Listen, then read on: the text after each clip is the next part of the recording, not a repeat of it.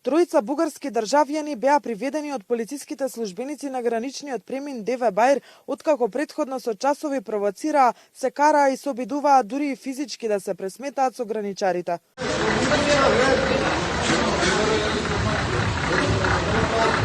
Најголем дел од нив по неколку часовно чекање за влез на македонска територија и откако поминаа низ силни безбедносни проверки, одлучија да се вратат назад кон Софија.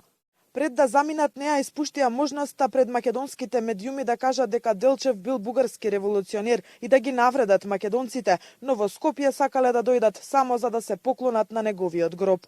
Искаме да отидеме на поклонение, считаме, че Гоце Делчев, ние имаме обща история, Гоце Делчев е българин, това е нашето мнение, разбира се има исторически спорове, но ние отиваме една група симпатизанти на поклонение на Гоце Делчев и сме изненадани, че все пак 2-3 часа бяхме задържани на граница. Дойдохме заедно с група приятели и моята приятелка от София, просто да поднесеме цветя на гроба на Гоце Делчев, който знаете, все пак е български революционер.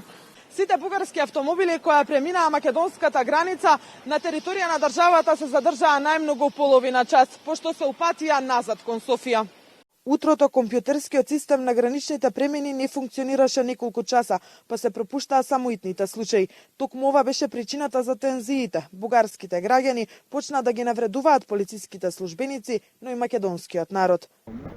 Да си продадете името на државата за 2 стотинки на Грција. Од Не на Македонија Грција, на Србија, бе, Симо! Северна Македонија. Къде е Южната Македонија, бе?